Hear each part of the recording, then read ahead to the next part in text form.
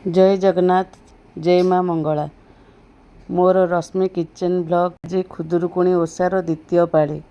मु ऑफिस रु ड्यूटी सारी आसी लगी पड़ी माँ को पूजा विधि रे। ऑफिस रु आसवा रास्तार माँ मंगला के पद्म फूल गेंडू फूल भोगराग किणी फेरिली। मोर बाड़ी रे फूल तोलिली। मंदार फूल कन्यारी फूल माँ को बेलपत्र अपराजित फूल दुर्लभा पत्र एवं माँकर अति प्रिय फूल काठ चंपा दुब आनी माଳ करी अति सुंदर भावरे माँ को सजाई देली। माँ को सजाई सारी झोटी पकाइली। भोगराग सजाड़ी बारे लगिली। धूप दीप आरती सजाई देली। माँ को सजाइबा परे माँकर सुंदर रूप को देखी मु विभोर होई पड़िली। कि सुंदर माँकर मुखमंडल ए सबु परे मु बही पढ़िबारे लगी पड़िली। मोर पूजारे जदि किछि भूल थिबो बंधु माने मते जणाइबे। जय जगन्नाथ।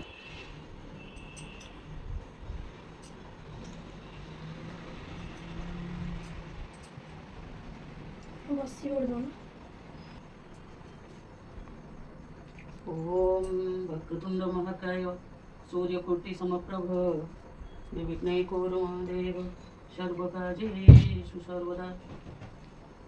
ओम गणनाथाय नमः। ओम गणपते नमः। ओम गणेशाय नमः। ओम गणनाथाय नमः। ओम गणेशाय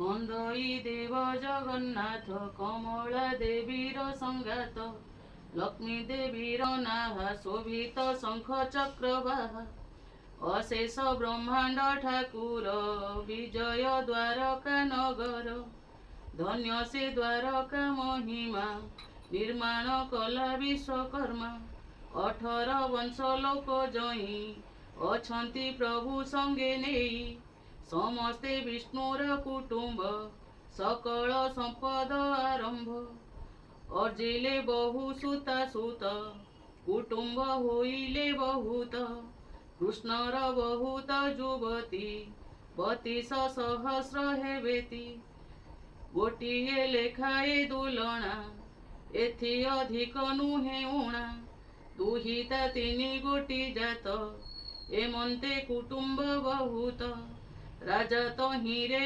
ଉଗ୍ରସେନ ମନ୍ତ୍ରୀ ଯାଦବ 3 ଜଣ ସୁଭେଣ ପରଜା ପାଳନ୍ତି ବଳିଷ୍ଠ ଦୁର୍ବଳ ଅଛନ୍ତି ସବୁରି ଘରେ ଶୁଦ୍ଧ ସ୍ୱର୍ଣ୍ଣ ସମସ୍ତେ କୁବେର ସମାନ ଯାବତ ଓଷାବାର ବ୍ରତ ସେ ପୁରେ ଅଛଇ ସମସ୍ତ ଆପେ ମନୁଷ୍ୟ ଦେହ ଧରି ମେଦିନୀ ଭରା ନାଶ କରି ଯହିଁ ବିଜୟ ଯଦୁବଂଶ ତହିଁ କିସ ଦେବା ଲକ୍ଷ୍ୟ ଆଶ୍ୱିନ କାର୍ତ୍ତିକ ହୋଇଲା ମାର୍ଗଶିର ଯେ ପ୍ରବେଶିଲା ତା ଅନ୍ତେ ପୌଷ ମାଘ ଲେଖ ଫାଲ୍ଗୁନ ଚୈତ୍ର ଯେ ବୈଶାଖ ଜ୍ୟେଷ୍ଠ ଆଷାଢ଼ ଯେ ଶ୍ରାବଣ ଭାଦ୍ରବ ମାସ ହୁଏ ପୁଣ କୃଷ୍ଣ ପ୍ରତିପଦା ତିଥିର ଯେତ ହୁଇ ରବିବାର ଖୁଦୁରୁକୁଣି ନାମେ ଓଷା ହୋଇଲା ସେହି ଦିନ ନିଶା